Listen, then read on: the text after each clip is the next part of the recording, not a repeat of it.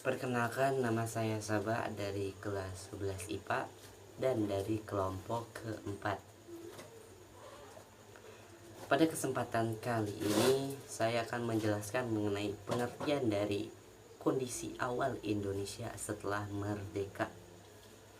Jadi pada saat itu, yang mana proklamasi kemerdekaan Republik Indonesia jatuh pada tanggal 17 Agustus 1945. Seluruh rakyat Indonesia dengan sukacita menyambut diraihnya kemerdekaan yang selama berabad-abad diperjuangkan.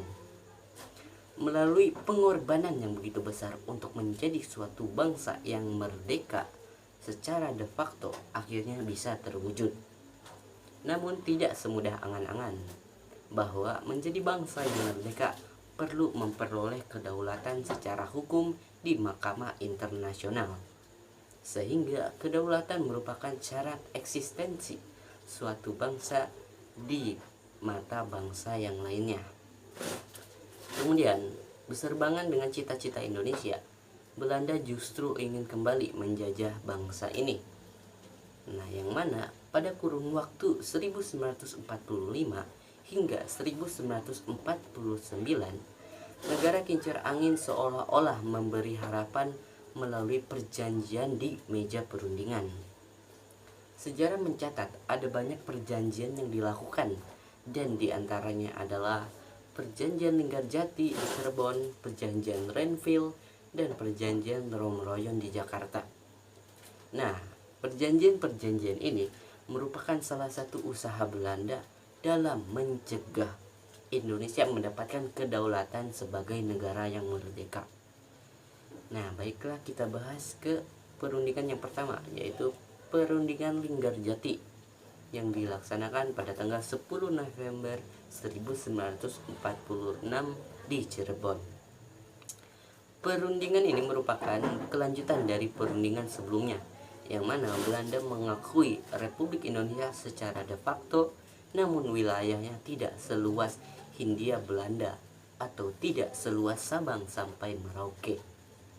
Selain itu, Belanda menyiasati pembentukan Republik Indonesia Serikat atau disingkat dengan RIS agar memudahkan menguasai Indonesia dengan negara boneka bentukan tersebut, sehingga negara Indonesia menjadi terpecah belah. Nah, kemudian perselisihan pendapat akibat perbedaan penafsiran dalam melaksanakan perjanjian Linggarjati menimbulkan konflik. Dan dengan singkat angkuhnya, Belanda mau menyelesaikan sengketa melalui kekuatan militer dengan membonceng sekutu dengan format NICA atau Netherlands Indies Civil Administration. Nah, kemudian Belanda melancarkan serangan ke berbagai daerah di Indonesia, sehingga dikenal dengan agresi militer 1. Nah, maka dari itu diadakanlah perjanjian Renville pada tanggal 8 Desember 1947 hingga 17 Januari 1949, yang mana Komisi Tiga Negara atau KTN berusaha mendekatkan Republik Indonesia dan Belanda untuk berunding. Perundingan tersebut dilakukan di kapal pengangkut pasukan Angkatan Laut Amerika Serikat, USS Renville. Nah, hasil dari perundingan tersebut adalah yang pertama, gencatan senjata di kedua belah pihak. Yang kedua, pasukan Republik Indonesia harus ditarik dari berbagai wilayah seperti Bandung, Jakarta, dan Yogyakarta.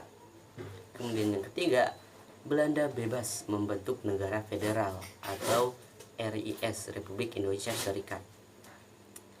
Nah, namun tidak sampai di situ, perselisihan belum terhenti. Perlawanan gerilya di Jawa dan Sumatera semakin meluas dan membuat Belanda terpojok, sehingga diadakanlah perjanjian Romroyon pada tanggal 17 April sampai 7 Mei 1949. Perjanjian tersebut menghasilkan ketentuan. Yang pertama, sepakat melakukan gencatan senjata. Yang kedua, pengambilan pemerintahan RI ke Yogyakarta. Kemudian yang ketiga, berusaha menyelenggarakan konferensi meja bundar sebagai penentuan akhir.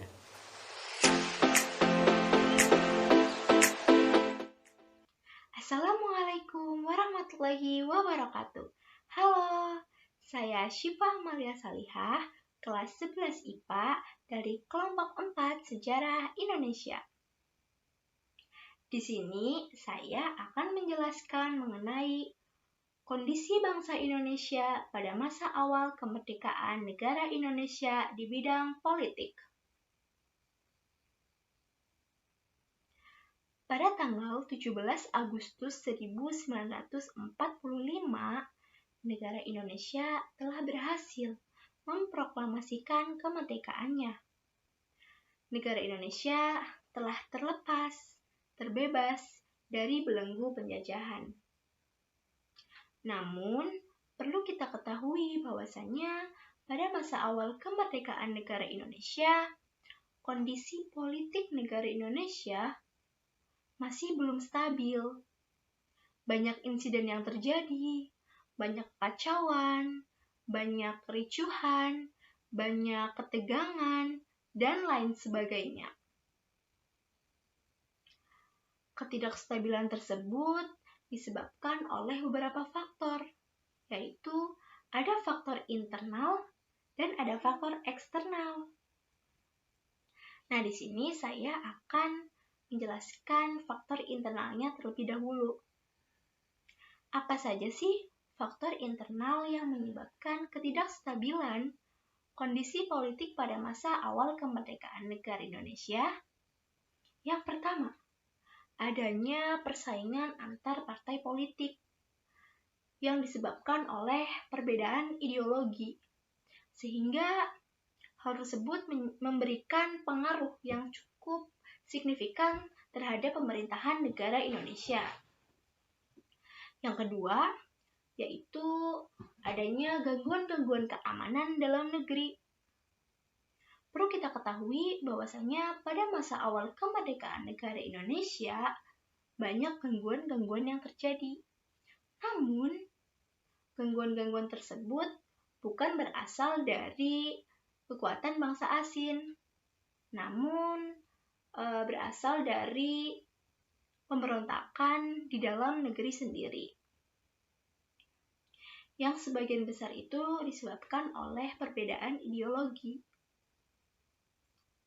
Nah, karena pada masa itu negara Indonesia itu baru merdeka dan sedang dalam proses pencarian jati diri, sehingga banyak oknum yang memanfaatkan daripada kesempatan tersebut. Nah, yang ketiga yaitu bangsa Indonesia masih mencari sistem pemerintahan yang cocok, yang nantinya akan dijalankan pada pemerintahan negara Indonesia. Sehingga sistem pemerintahannya selalu berubah-ubah, dan ini menyebabkan ketidaklancaran daripada jalannya sistem pemerintahan yang ada di Indonesia. Nah, itu untuk faktor internalnya. Sekarang, faktor eksternalnya. Apa saja sih faktor eksternal yang menyebabkan ketidakstabilan kondisi politik pada masa kemerdekaan negara Indonesia? Yang pertama yaitu kedatangan sekutu Inggris yang diboncengi Nica atau pasukan sipil Hindia Belanda yang ingin kembali menjajah Indonesia, sehingga hal tersebut menyebabkan pertempuran yang terjadi di berbagai daerah. Lalu yang kedua yaitu Jepang masih mempertahankan status quo di wilayah Indonesia, atau dengan kata lain masa kekosongan kekuasaan sambil menanti penyerahan wilayah Indonesia ke tangan sekutu, sehingga hal tersebut menyebabkan terjadinya peperangan antara rakyat Indonesia dengan tentara Jepang. Nah, yang ketiga yaitu proses pengakuan kedaulatan dari pihak Belanda yang sangat sulit didapatkan oleh Indonesia. Sehingga negara Indonesia ini harus bekerja keras dengan melakukan diplomasi untuk mendapatkan pengakuan kedaulatan yang utuh dari pihak Belanda. Nah, itu untuk faktor eksternalnya. Nah, demikian penjelasan mengenai kondisi bangsa Indonesia pada masa awal kemerdekaan negara Indonesia di bidang politik. Sekian. Wassalamualaikum warahmatullahi wabarakatuh.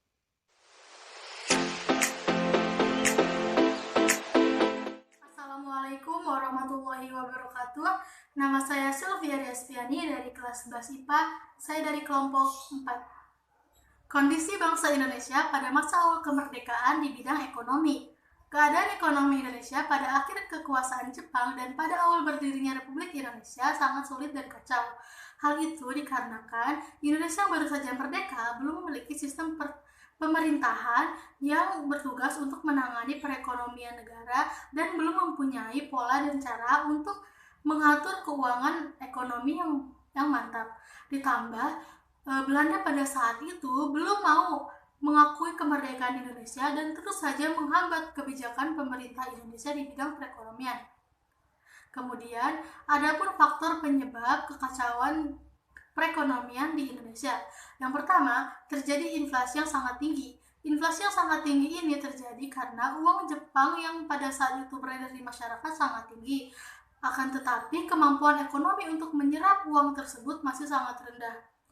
Dan pada saat itu juga Indonesia masih belum memiliki mata uang pengganti. Yang kedua, adanya kekosongan kas negara. Kekosongan kas negara ini terjadi karena pengeluaran pemerintah semakin bertambah, sementara masukan pajak dan bea masuk lainnya belum ada. Yang ketiga, penghasilan pemerintah hanya bergantung kepada pertanian. Karena dukungan dari bidang pertanian inilah, pemerintah Indonesia masih bertahan sekalipun dalam keadaan ekonomi yang sangat buruk.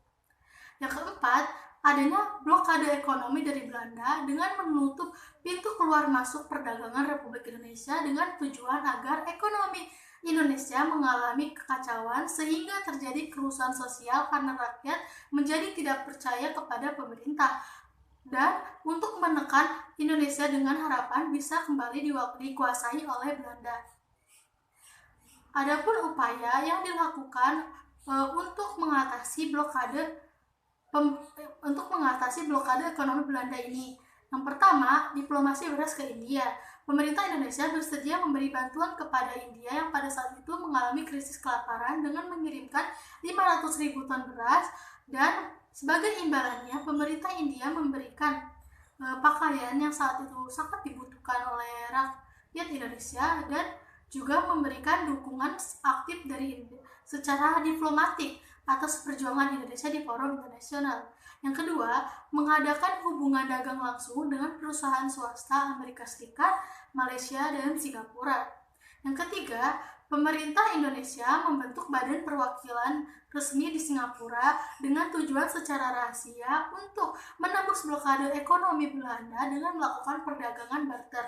Yang keempat, membentuk Kementerian Pertahanan Usaha Luar Negeri yang bertugas untuk membeli senjata dan perlengkapan perang. Kemudian ada kebijakan yang dilakukan oleh pemerintah dalam menghadapi buruknya kondisi ekonomi di Indonesia. Yang pertama, mengadakan konferensi ekonomi. Konferensi ekonomi yang diselenggarakan pertama itu pada bulan Februari 1946 dengan agenda menyamakan persepsi dan meraih kesepakatan dalam menanggulangi masalah perekonomian. Dalam konferensi ekonomi ini dihasilkan keputusan mengenai perubahan dalam ekonomi perang Jepang yang bersifat desentralisasi menjadi sentralisasi. Yang kedua dilaksanakan pada bulan Mei 1946 yang membahas masalah program ekonomi pemerintah, masalah keuangan negara, pengendalian harga, distribusi, dan alokasi tenaga manusia. Kemudian yang kedua ada pinjaman nasional.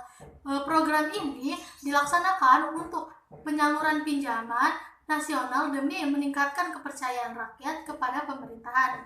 Yang ketiga, adanya mengeluarkan uang Republik Indonesia sebagai alat tukar yang sah, melarang digunakan mata uang Jepang dan yang lainnya, serta hanya boleh menggunakan uang Republik Indonesia yang dikeluarkan oleh pemerintah Indonesia. Yang keempat, membentuk Bank Negara Indonesia. Karena keluarnya ORI dalam masyarakat menjadi tidak terkendali, akhirnya pemerintah berinisiatif untuk membentuk Badan Negara Indonesia 46 sebagai bank induk pada tanggal 1 November 1946. Yang kelima, adanya pembentukan Badan Perancang Ekonomi. Badan Perancang Ekonomi ini bertugas membuat rencana pembangunan ekonomi untuk jangka waktu 10 tahun. Tujuannya menasionalisasikan semua cabang produksi yang telah ada dengan mengubah ke dalam bentuk badan hukum. Yang keenam, rekonstruksi dan rasionalisasi angkatan perang yang bertujuan untuk mengurangi beban negara dalam bidang ekonomi serta meningkatkan efisiensi.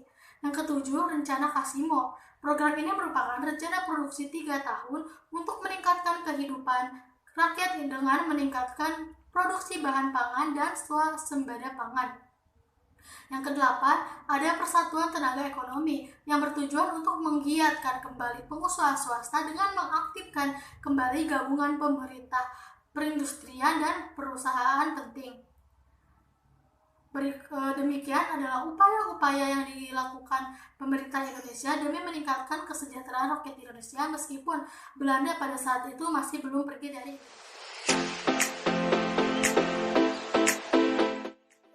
Srikanti dari kelas 11 IPA dari kelompok 4. Di sini saya ingin memaparkan atau menjelaskan perihal kondisi bangsa Indonesia pada masa awal kemerdekaan dalam bidang pendidikan.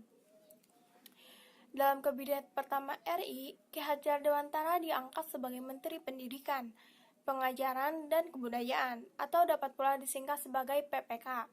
Jabatan ini dipegangnya sampai dengan tanggal 14 November 1945 atau dapat disimpulkan kurang lebih ia menjabat selama 3 bulan. Lalu berlanjut pada Kabinet Syahrir I yang menggantikan Kabinet Presidensial.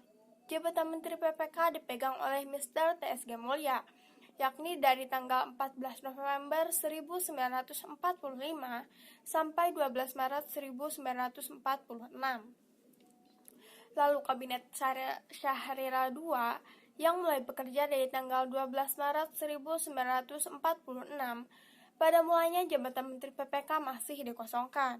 Barulah pada tanggal 19 Juni 1946 ditunjuklah Muhammad Syafi'i sebagai Menteri PPK yang baru. Namun, ia tidak pernah menduduki jabatannya dikarenakan ia tidak mungkin meninggalkan Sumatera Barat. Dengan itu, secara praktis, yang memegang jabatan adalah TSG Mulya yang sebenarnya menjabat sebagai Wakil Menteri Pendidikan. Berlanjut ke dalam Kabinet Syahrir III, yakni dari tanggal 2 Oktober 1946 sampai dengan 26 Juni 1947, jabatan Menteri PPK dipegang oleh Mr. Suwandi. Pada masa Suwandi inilah dibentuk panitia untuk meneliti dan merumuskan masalah-masalah pengajaran, yakni Panitia Penyelidik Pengajaran Republik Indonesia yang diketuai oleh Ki Hajar Dewantara, yang mana kepanitiaan ini diresmikan pada tanggal 12 Mei 1947. Setelah bekerja beberapa bulan, panitia ini menghasilkan saran-saran untuk disampaikan pada pemerintah perihal berbagai hal tentang berbagai hal yang menyangkut bidang teoritis, praktis, teknis, serta arah dan tujuan pendidikan. Ada pula paham perseorangan yang masih dianut haruslah digantikan dengan paham susila dan rasa prikemanusiaan yang tinggi, disebabkan daripada tujuan pendidikan dan pengajaran itu tersendiri, yakni diarahkan kepada usaha membimbing murid-murid agar menjadi warga negara yang mempunyai rasa tanggung jawab. Berlanjut pada bidang-bidang pengajaran kejurusan, seperti halnya pertanian, industri pelayanan, perikanan, diharapkan mendapatkan perhatian yang istimewa, sedangkan pengajaran kesehatan dan olahraga hendaknya diatur dengan baik sehingga dapat menghasilkan suatu kecerdasan rakyat yang harmonis. Panitia juga menyarankan agar untuk sekolah dasar tidaklah dipungut biaya sekolah, sedangkan untuk pendidikan setelah sekolah dasar juga perguruan tinggi diadakan aturan pembayaran dan tunjangan yang luas, sehingga perihal keuangan tidak akan menjadi suatu penghalang bagi mereka yang bisa disebut kurang mampu. Pada saat itu pula, pendidikan Indonesia tidaklah berjalan dengan sepenuhnya. Sekolah-sekolah sempat ditutup dikarenakan pada saat itu Indonesia dalam masa agresi Belanda, sehingga para pengajar pun ikut berjuang untuk mempertahankan kemerdekaan, dan banyaknya murid yang diputuskan untuk mengungsi demi keselamatan mereka. Pada saat itu pula sekolah-sekolah kembali dibuka secara berangsur-angsur saat keadaan sudah dapat dipastikan aman, di mana sekolah kembali normal pada tahun 1949, di mana peperangan tersebut telah berakhir.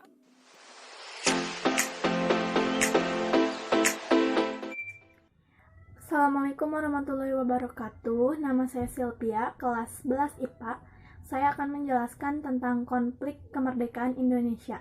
1. Kedatangan sekutu dan nikah. Kekalahan Jepang atas sekutu menyebabkan Jepang harus kehilangan negara jajahannya, yakni Indonesia. Hingga sekutu datang ke Indonesia, Jepang diminta mempertahankan wilayah jajahannya. Yang kedua, kedatangan pasukan APNEI. Pada tanggal 29 September 1945, pasukan yang dipimpin oleh Jenderal Phillips datang ke Jakarta dengan pasukan APNEI. Kedatangan sekutu ini tak sendiri, yakni bersama tentara Nika dari Belanda. Akhirnya rakyat Indonesia melakukan perlawanan beberapa daerah di Indonesia. Perlawanan daerah terhadap kedatangan pasukan APNEI dan Nika yang pertama adalah pertempuran di Surabaya. Terjadi di Tanjung Perak, Surabaya oleh pasukan APNEI. Kedatangannya untuk melucuti persenjataan Jepang dan membebaskan tahanan Belanda. Yang kedua, pertempuran Ambarawa. Kedatangan sekutu di Ambarawa yang bertugas untuk melucuti senjata perang, tetapi justru disalahgunakan untuk memberikan persenjataan bagi tahanan perang. Yang ketiga, pertempuran Medan Area. Sekutu yang datang dengan diboncengin Nika ke Medan untuk membebaskan tawanan perang, yakni orang Belanda, tetapi tentara Nika melakukan teror. Yang keempat, Bandung Lautan Api. Kedatangan sekutu ke Bandung untuk diminta rakyat Bandung segera mengosongkan Bandung demi kepentingan sekutu. Tetapi hal itu justru ditolak oleh rakyat Bandung dan membakar Bandung supaya sekutu tidak dapat menempati. Yang terakhir adalah peristiwa Merah Putih di Manado. Peristiwa perobekan bendera Belanda menjadi merah putih bendera Indonesia di Manado. Sekian dan terima kasih. Wassalamualaikum warahmatullahi wabarakatuh.